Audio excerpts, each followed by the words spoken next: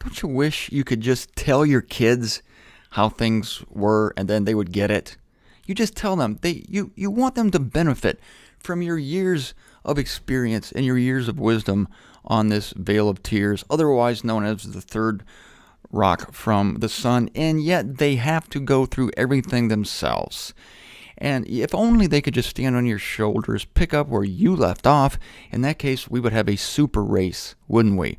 We would have a race of human beings, the last ones better than the previous ones. Each generation would be more brilliant and more scholarly, more learned of God. And yet, in the wisdom of God, this is not the way it works. Rather, we find out that we all have to learn things as we go. We're repeating the same mistakes our fathers and our mothers made, our forefathers and our foremothers. Most people leave out the foremothers. I don't like to do this. I recognize the foremothers today, Tuesday, here on Zender Special 312. Hi, everybody. This is Martin Zender, again, flying under the radar here at Broward College in beautiful Davie, Florida. I like Daniel. I like this guy. I would have liked to have known these prophets. I would have liked to have been with John as he sat on the island of Patmos. I have a thought about John on Patmos for you. Most people think he was exiled there by Nero, and he was sent there because he was a bad boy and just wouldn't behave himself in Jerusalem. So they sent the old man to an island. What if God sent him to the island? I think we're assuming he was sent there by a rogue politician, such as Nero. I say maybe God sent him there so that he could have peace and quiet, and so he could get to a distant corner of that island and see the future, be transported, whether in body or in spirit. Now, he said, in spirit, I came to be in the Lord's day. I like that. He was exiled by God. I feel like an exile. Not that this college hasn't been pleasant to me, but we're all exiles in a sense. Daniel, same thing. This guy was literally exiled. Wow, I just noticed. I just now made this connection. Just now as I'm talking. Exile. Daniel was taken to Babylon with his countrymen. And John was taken to Patmos. And there they saw visions. And they recorded what they saw because, again, God's preferred means of revelation is the written word. It endures. And so, while these men are in the most unlikely of places, oh, I just had something else hit me. Wow. Like a lightning bolt. Paul was exiled to a Roman prison. All right, here we go. This is something. Oh, I just had another guy come into mind, John the Baptist. But let's stick with Paul. Paul's exiled to a Roman prison, the least likely place the celebrated saint we know today, named Paul, would be. And yet, in prison, he writes his prison epistles, Ephesians, Philippians, and Colossians, the highest revelation given to humanity. While he's on the island of Patmos, John doesn't see a movie of the future. No, my friends, he didn't see a movie. The Apostle John was taken to the future. Do you understand the difference? He was taken to the future. That's a real time game, Martin. Well, God can do it because he set forth, spoke into being the end from the beginning. And Daniel, taken in handcuffs to Babylon, an exile, a prisoner of war. He proves himself wise because he willingly goes. Now, I'm asking you to do this. I'm asking you to willingly go into exile.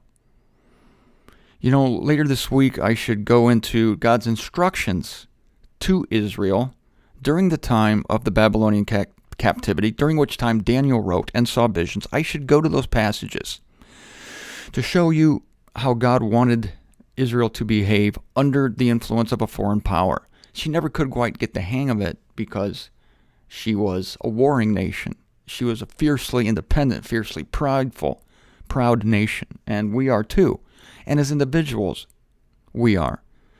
We don't like to be under another's jurisdiction. This is where the God consciousness I mentioned to you at the beginning of this series comes in handy. Don't you think God consciousness helped Daniel as he's being taken to Babylon in chains? Now, maybe when God sent John to Patmos, he did it via a rogue politician. He very well could have. But don't you think his God consciousness helped him? When Peter, James, and John are being taken into the inner corridors, inner chambers of the temple to be beaten by the rogue priesthood, don't you think a God consciousness helped them? Don't you think this information we're sharing together today will help you? That the world's not out of control, that God is operating all things in accord with the counsel of his will. And that even King Nebuchadnezzar said something in Daniel 4:35 that not even Christians today can say, that God gives jurisdiction of the world in its various departments, whether the premier of Russia or the imams, the priests, the presidents, the prime ministers, he puts them where he wants them, and no one can stay his hand. Don't you think that's comforting to know when you're in the middle of it? And don't you think that would be a sheen of protection for you mentally to know this? It's coming to a realization of the truth. Why does Paul always use that phrase? Because the realization of the truth protects you from your disagreeable environment. And we're in a disagreeable environment. But even there, even in exile, God is merciful. Because when Israel was in bondage in Egypt, and when they were delivered out of Egypt, they looked back fondly at the time when they had plenty to eat, and they had a regular place to sleep. So it wasn't all that bad in Egypt. Forget the movies. Forget the Ten Commandments with Charlton Heston and Vincent Price.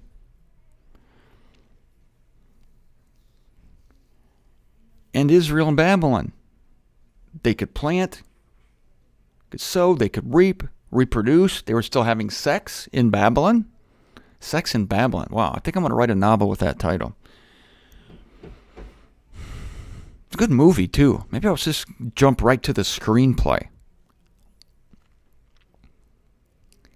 And I'm thinking John on Patmos. I'm thinking that he was on an island. I haven't been there. I had an opportunity to go there in October. As you know, I turned it down. 21-day cruise. I said, nah. All expenses paid. Nah. Free alcohol. No thanks. I have a feeling he had the pick of fruits. I'm thinking it wasn't so bad. So even in exile, even under a bad administration of government, many of us still have homes, we have phones, we have televisions, we have entertainment, we have refrigerators. We can keep our food cold. We should be thankful that even as we prepare for the showdown of good and evil that will end this eon, we still have Cocoa Pebbles. Isn't it amazing? The showdown between Israel and the nations coming close, the inauguration of the kingdom, the birth pangs of Israel, and we're eating Cocoa Pebbles and drinking beer and wine and going out to Chili's and Applebee's.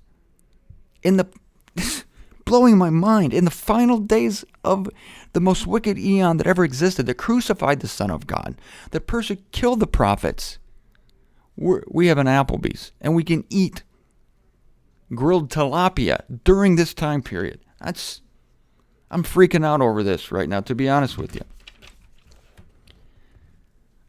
Refuge. I want to talk about refuge because, one of the funnest things to do is to run for refuge in a storm. You're in the rain, and it's pouring down on you, and you see a dry area, and you're running, and you get underneath it, under an awning or something. You're standing under an awning, and the awning's right above your head. And you feel so good and so cozy. You wouldn't feel that except for the powers that be, whether they're meteorological powers or political powers that push you toward that refuge.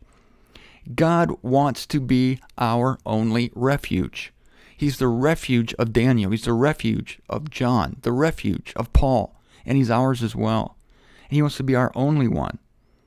And the only reason that can happen is if we have the forces pushing us toward that refuge. And that is that every other refuge has to fail. You must become disappointed with every other form of comfort, ultimately disappointed.